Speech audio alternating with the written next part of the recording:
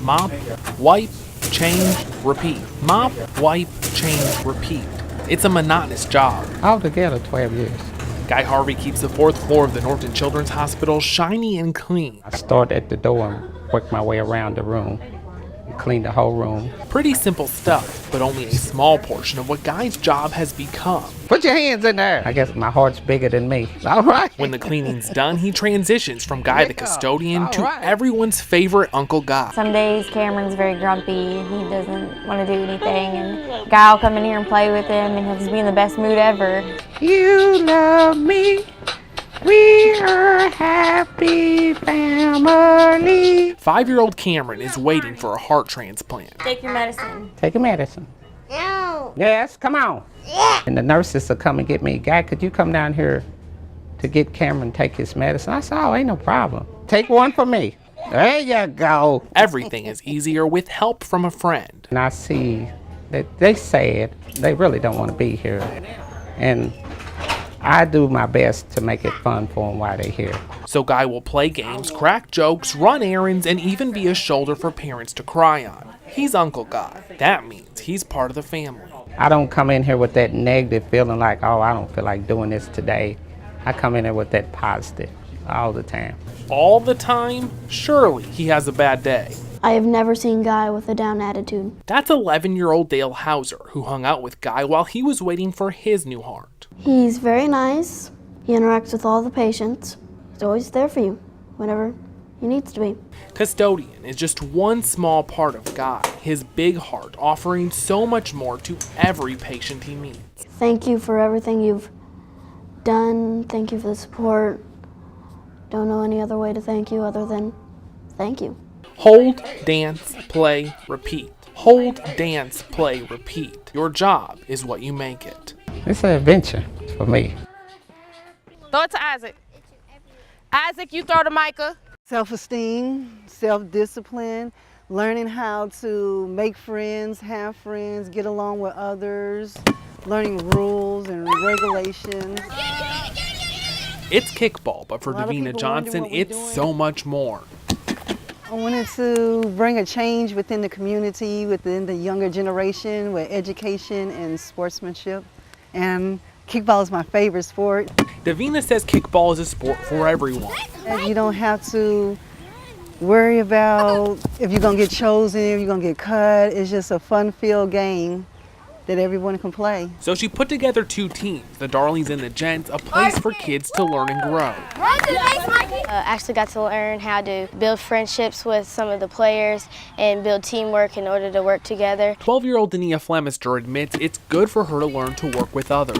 Usually I'm more of an independent worker, but I've learned how to work together with other people in a team to make things work. 4 sets, 1, 2. She's also learning to be a leader. Yeah, I like to lead others to help them be successful. The players are also learning lessons off the field. We learn how to do our names in sign language, do our names in Braille. It's all part of Davina's grand plan. In the future, Little Darlings and Big Gents, along with playing kickball, I want to provide education to the West End area. And that plan is off to a great start. It is very fun to work together with other people, and we just have a blast. Reporting from the Chickasaw neighborhood. 1, 2, 3. Jonathan Wahl. Darlings Gents. WHAS 11 News. It's a lot of making breakfasts and making lunches and throwing dinner in the crock pot. From the moment Samantha Morris wakes up, she's on the move. When I pray over 64, and 64 runs well, it's about 30 minutes. But if there's a wreck or stalled vehicle, it can be almost an hour. Samantha makes a trek across 9th Street every morning to get to her classroom. And I've had so many people like, oh, don't stay at school too late, or don't go to school too early. And I'm like, guys, it's gonna be okay. My kids live in this. The weekend has passed. Wonder what Bruce did when the weekend was passed. It's definitely a hard job, or it's something you have to know you want to do. I see 1, 2, 3. Samantha feels called to work at her school, but she doesn't see her job as any more important than any other teachers. Think about it. Our job as teachers is to teach students, and what better place to do it than somewhere where there might need a little bit more love or support. Her classroom is more than a workplace. We see potential here. We don't see this is where you are, this is where you might go, this is where your family is. That's not our belief here. Our belief is you are an individual, and as an individual, it's my job as a teacher to get you where you need to be. Samantha knows many of her students face huge challenges when they leave school. It is a lot of negative. It's a lot of shootings and, all of these things going on. And then you look at these students that are here in my classroom and I say, hey, you're going to be out there soon. I can teach you empathy. I can teach you compassion. I can teach you problem-solving skills. Not just how to be a different learner, but a different person. It's a mantra I have my students repeat almost every day. You can do hard things, and they say, I can do hard things. A message students get from all teachers at the school. For most of my staff to come to Portland is a different area of town for them. It's a long drive in the morning. Angela Hosh has been the principal of Portland Elementary for 13 years. Relating to our kids' lives is different, and it's something that we have to embrace and know that we aren't fully able to relate to, and that we don't truly know where they're coming from. Working past 9th Street can mean pushback. People a lot of times think, oh, well, you're just paying your time, or you can transfer out. Samantha says that's not the case, and even on the hard day, she has something that makes her want to come back to class. Good morning, Miss Morris. You remember the smiles on their face when they come in and say good morning? Good morning to everybody. Good morning, good morning, good morning, good morning, good morning, good morning, good morning, good morning, good morning, good morning. Stitch by stitch. An obsession. Hundreds of thousands of stitches transporting Sunshine Joe to a different world. Nothing else matters.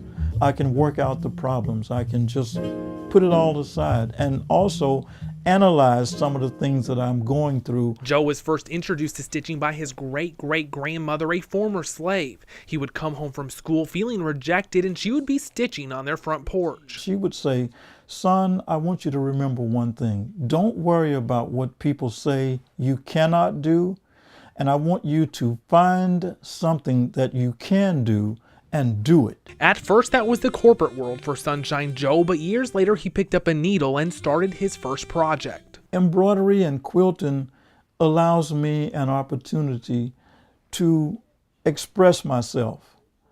And I can say controversial things in a way that does not turn people off. Joe started by writing words on the back of jackets for protests, then got national television exposure when he made a shirt for President Carter.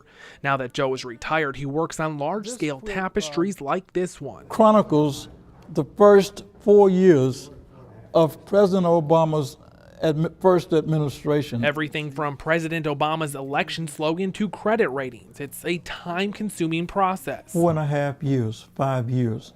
And the message in this quilt, taking such a long time, is perseverance. Joe uses the lessons he's learned in his art to teach others. Now, I'm not in a hurry to finish, but I have to finish what I start. We caught up with the artist at Providence High School talking with students. Am I doing my very best?